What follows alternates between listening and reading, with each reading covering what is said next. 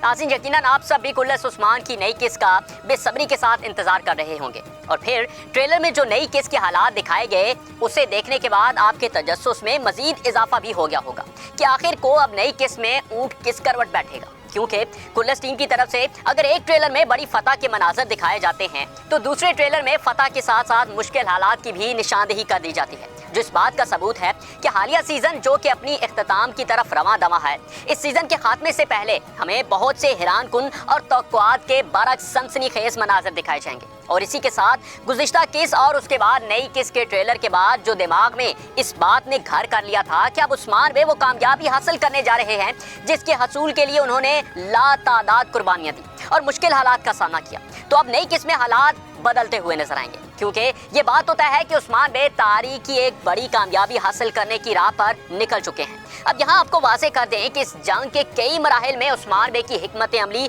नाकाम भी होगी और इब्तदा में किले के अंदर दाखिल होने का मंसूबा भी कामयाब नहीं हो पाएगा, लेकिन फिर वो तरीका इख्तियार किया जाएगा जो कि जंगें जीतने के लिए उस दौर में सबसे कामयाब तरीकाकार समझा जाता था, और ये तरीका किले को चारों अतराफ से हसार में लेने का होगा। क्योंकि उस दौर में किसी भी किले को या शहर को फतह करने से पहले उसका मुहासरा किया जाता था ताकि किले या शहर के दाखिली और खारजी रास्तों को बंद करके किले में किसी भी किस्म की जरूरी अशिया को जाने से रोककर किले में मौजूद अफराद के लिए मुश्किलात पैदा की जा सके।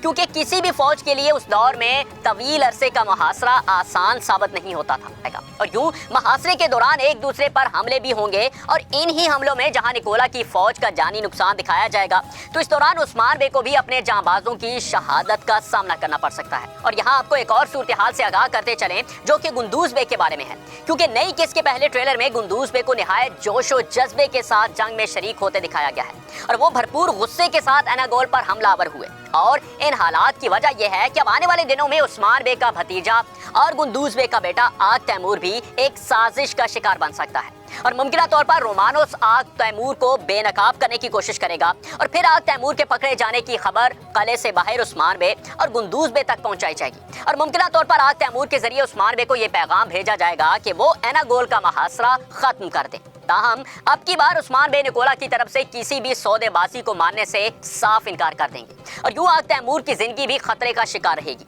फिर इन्हीं हालात को देखते हुए गुंदूज बे भरपूर तरीके से निकोला को नुकसान पहुंचाने की कोशिश करेंगे। यानी नई किस्में जहां उस्मान बे कुछ बड़ी कामयाबियां हासिल करेंगे तो वहीं पर सरदारी खानदान के बड़े किरदारों को निकोला की तरफ से निशाना भी बनाया जाएगा और यूं उस्मान बे को सरदारी खानदान में एक बार फिर से शहादत देखना पड़ेगी और इस जंग की फतह या शिकस्त का फैसला इतनी जल्दी मुमकिन नहीं होगा, बल्कि ये तवील अलमुद्दती जंग दिखाई जाएगी जिस दौरान मुख्तलिफ उतार चढ़ाव नजर आएंगे। लेकिन इसी के साथ वीडियो को एक लाइक देना, सोशल ऐप डाउनलोड करना बिल्कुल मत भूलिएगा। फिर से हाजिर होंगे, तब तक के लिए इजाजत दीजिए। अल्लाह हाफिज।